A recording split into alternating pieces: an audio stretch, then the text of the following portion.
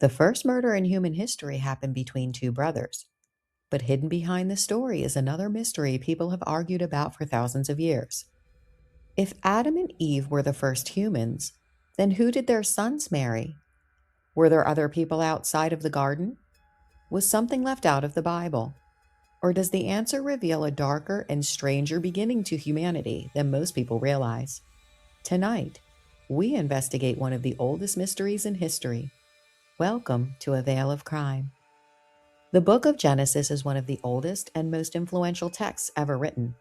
According to the biblical account, Adam and Eve were the first humans created by God. They lived in the Garden of Eden until temptation, disobedience, and exile changed human history forever. Then came their children. Genesis specifically names Cain, Abel, and later Seth. But almost immediately, a strange question appears. After Cain murders Abel and flees, the Bible says Cain found a wife and built a city. And for centuries, skeptics, historians, theologians, and believers have all asked the same thing. Where did she come from? According to Genesis 4, Cain and Abel each offered sacrifices to God. Abel's offering was accepted, but Cain's was not. Consumed by jealousy and rage, Cain lured his brother into a field and killed him. Many historians and theologians call this the first recorded murder in biblical tradition. The crime changed everything. Cain was cursed and banished to east of Eden. But then the text says something surprising. Cain knew his wife, and she gave birth to a son named Enoch. To modern readers, it sounds impossible, because if Adam, Eve, Cain, and Abel were the only humans alive, where did Cain's wife come from? The historically dominant Jewish and Christian interpretation is actually much simpler than many people expect. Adam and Eve had many more children than the Bible specifically names. Genesis 5:4 states, "After Seth was born, Adam lived 800 years and had other sons and daughters." That single line is critical. Ancient biblical genealogists often only recorded the most important figures in a lineage. Many daughters and sons were never named. According to traditional interpretation, Cain's wife was most likely his sister, niece, or another close relative descended from Adam and Eve. To modern audiences, that sounds shocking. But historically, many theologians argued it would have been necessary at the beginning of humanity if only one original family existed. Ancient Jewish historian Flavius Josephus wrote that Adam and Eve had many children. Early Christian thinkers like Augustine of Hippo and Thomas Aquinas also defended this interpretation. Historically, this became the mainstream position in Judaism and Christianity for centuries. Ancient texts often focused on inheritance lines, tribes, kings, and major covenant figures. Women were frequently unnamed in genealogical records unless they played a major political or religious role. That frustrates modern readers, but it was common in ancient Near Eastern writing. The Bible also compresses massive stretches of time into only a few verses. Many scholars believe decades or even centuries may pass between short passages in Genesis. That means Cain may not have immediately found a wife after exile.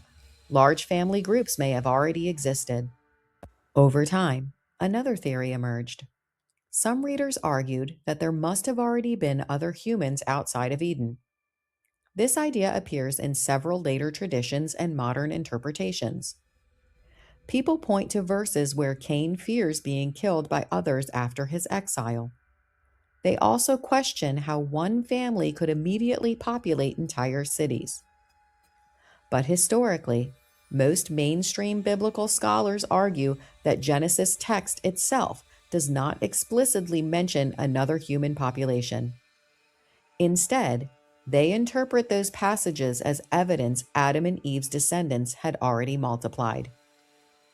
Some modern theologians attempt to reconcile Genesis with anthropology and evolution by suggesting Adam and Eve may have represented a chosen lineage among existing humans. But that interpretation is modern and debated heavily among religious scholars. To understand Genesis historically, it helps to remember something important. The ancient writers were not trying to answer modern scientific questions. Genesis was written in a world concerned with origins, morality, divine authority, sin, exile, and human violence. And violence appears immediately. The first family becomes the first broken family. Jealousy leads to murder. Exile follows. Fear spreads. Civilization begins under the shadow of bloodshed. That pattern becomes one of the central themes of the entire Bible. The mystery survives because it sits at the intersection of faith, history, science, and human curiosity. Some people see Genesis literally, others symbolically, others as theological poetry carrying deeper truths about humanity.